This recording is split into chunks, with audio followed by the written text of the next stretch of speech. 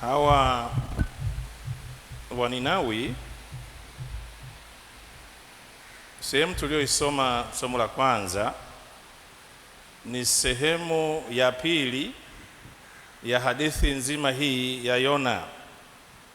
Sehemu ya kwanza, Yona alikataa kwenda kuhubiri Ninawi, na ndipo kuwa anakataa ndio akamezwa na nyangumi akatemwa.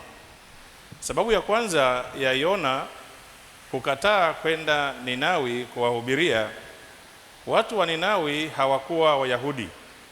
Watu wa Ninawi walikuwa maadui wa Wayahudi, ni watu walikuwa wanawapiga. Na Yona katika imani yake alijua kwamba Mungu ni Wayahudi tu. Kwa hiyo waache hao wapotee, hao ambao sio wa taifa la lililochaguliwa wao wapotee. Ndio maana akalikataa kwanza.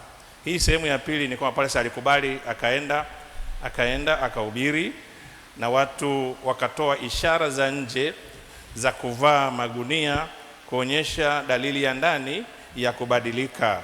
Wakatubu na Mungu hakuwaangamiza.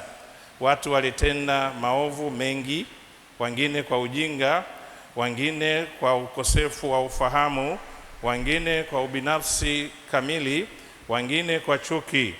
Lakini walipopata habari kwamba maovu mnayotenda yanawaelekeza katika mauti, matendo maovu, zao la matendo ovu lolote ni mauti, na matendo mema, hatima ya matendo mema ni uzima wa milele. Walipong'amua hekima hiyo kupitia mahubiri ya Yona, basi waligeuka. Hawakuficha maovu yao, hawakutaka kujidanganya kwamba hatujatenda maovu, wakati wanajua ukweli kwamba wametenda maovu. Mara nyingi wanadamu tunajidanganya, na mtu wa kwanza kujidanganya ni nafsi zetu. Tunapotenda maovu, matendo hayo yanatuathiri sisi zaidi.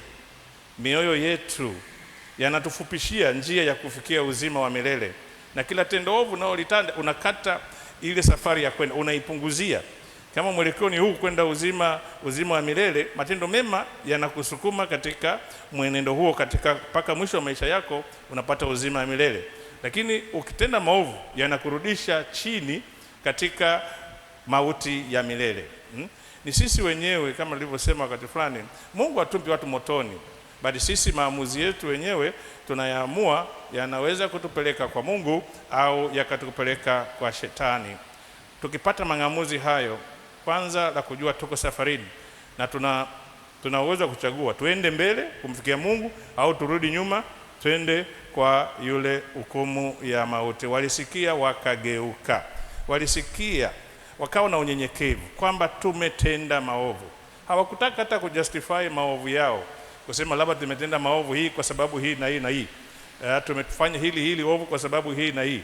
Mara nyingi tuna tabia ya kuhalalisha uovu. Ujasiri na hekima kamili ni kukubali, sio kufunika au sio kufikiri kwamba haitajulikana. Na mara nyingine ovu linakuwa limejulikana kabisa, lakini bado still hatutaki kukubali kwamba tumetenda maovu. Maovu yanatuathiri sisi wenyewe kwanza na wale ambao wanapokea maovu hayo. Kwa fundisho kubwa ni kusikia habari hiyo ya kuhusu uovu na kukubali na kufanya mabadiliko. Mara nyingi tunafikiri kukubali ovu ni ishara ya udhaifu. Kukubali ovu ni ishara ya udhaifu. Kwa hiyo sitaki kuonyesha udhaifu wote. Nimetenda maovu, yanajulikana, yanaonekana, lakini nakataa. Njia mbili, aidha kukataa maovu au kujustify maovu, kuhalalisha maovu. Cha maana ni kwamba kukubali ovu, kwamba nimefanya kosa, ni ishara ya ukakamavu, ni ishara ya ujasiri na sio ishara ya udhaifu. To accept that you have committed a wrong thing, you have committed sin, is a sign of strength, and it's not a sign of weakness, that I'm weak. It's when you are weak that you prevent. It's when you are weak that you avoid accepting the responsibility of the wrongdoing, the evil that you have committed. Na Mungu ametupa uhuru, lakini tunapoenda kwa maovu, Mungu mwenyewe anahuzunika. Kwa nini mwanangu hakubali kama amefanya kosa? Kwa nini akubali makosa, ajirekebishe, atende mema ili nimpatie uzima wa milele? Lakini Mungu hata tulazimisha.